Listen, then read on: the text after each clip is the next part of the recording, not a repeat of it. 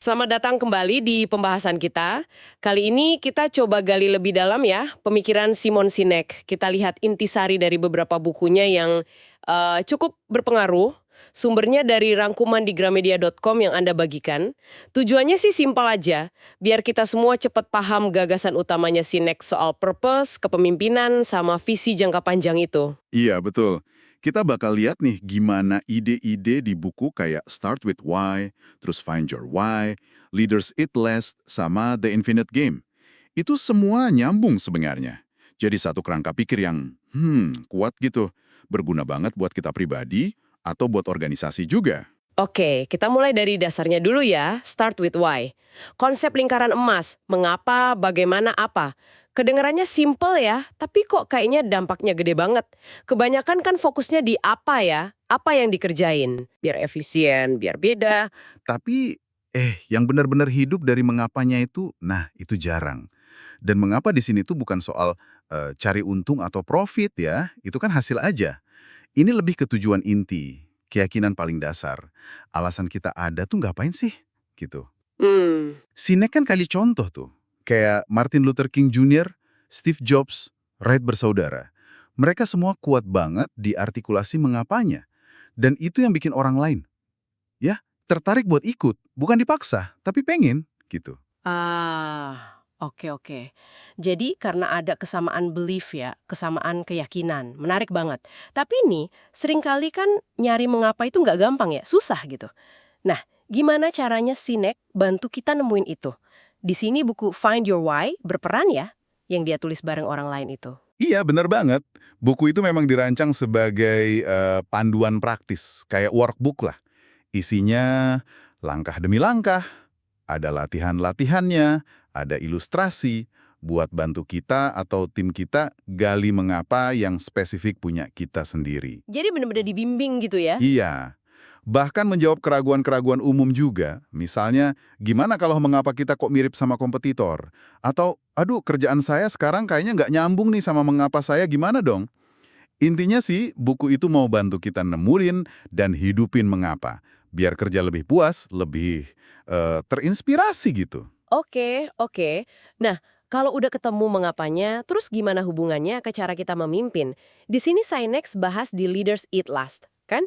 Judulnya aja udah unik ya, dari Korps Marinir AS. Tapi pertanyaannya, apa prinsip dari lingkungan militer yang katakanlah ekstrim gitu, bisa beneran relevan buat kita di misalnya kantor atau bisnis? Itu universal sebetulnya. Pemimpin sejati itu, ya mendahulukan timnya.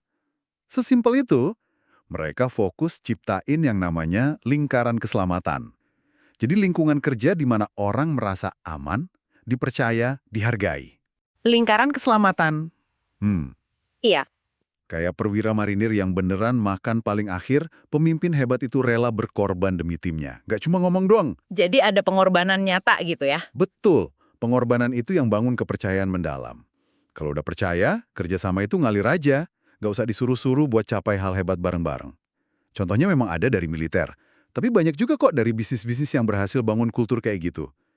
Jadi bukan soal pangkat, tapi soal peduli dan percaya. Wah, jadi nyambung ya dari why ke cara memimpin yang melayani ini. Keren. Terus konsep terakhir nih yang Sinek tawarkan, The Infinite Game. Ini kayaknya melengkapi gambaran besarnya ya. Apa sih bedanya sama cara kita mikir soal bisnis biasanya? Beda banget sih.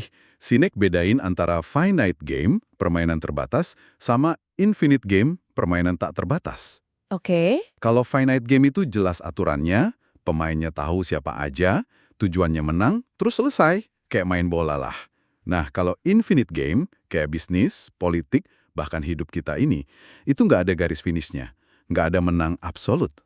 Terus tujuannya apa dong kalau nggak menang? Tujuannya menurut Sinek ya, untuk terus bermain, bertahan, dan terus memajukan just cause atau tujuan mulia jangka panjang kita, visi besar gitu.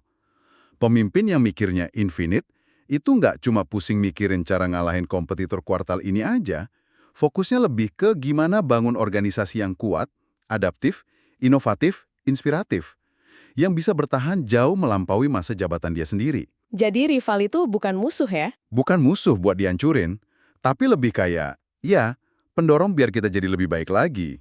Sinek kan kasih contoh kontras pandangan Amerika sama Vietnam di perang itu. Satunya mikir finite, satunya infinite. Hasilnya beda kan? Oke, jadi kalau ditarik benang merahnya nih, ini kayak satu alur ya. Pertama, pahami dulu mengapa kita, tujuan inti kita sebagai kompas, terus gali lebih dalam pakai panduan praktis di Find Your Why. Habis itu, wujudkan mengapa itu lewat cara memimpin yang fokus ke manusia, bangun trust kayak di Leaders Eat Less. Mhm. Dan terakhir, semua itu dibingkai dalam kacamata jangka panjang. Fokus ke visi, ke kemajuan, bukan cuma menang sesaat. Itu the infinite game. Tepat sekali. Keempat gagasan ini tuh saling ngisi, saling nguatin. Jadi satu kesatuan yang solid banget. Kalau kita terapkan ini, bukan cuma kerjaan jadi lebih berarti rasanya, tapi juga bisa bangun organisasi yang lebih tangguh, lebih resilient, dan bisa ngasih inspirasi buat jangka panjang. Udah kayak sistem operasinya, gitu deh. Iya ya, kerangka berpikir yang menarik banget sih ini buat direnungkan lebih jauh. Mungkin sebagai penutup nih, ada pertanyaan buat Anda bawa pulang. Buat direnungkan sendiri, dengan pemahaman baru soal kerangka sinek ini, kira-kira gimana ya Anda bisa mulai coba pakai mindset tak terbatas itu? Yang akarnya dari mengapa Anda sendiri, dalam kerjaan, atau mungkin dalam hidup sehari-hari. Langkah kecil apa gitu, yang paling pertama yang bisa Anda ambil mulai sekarang?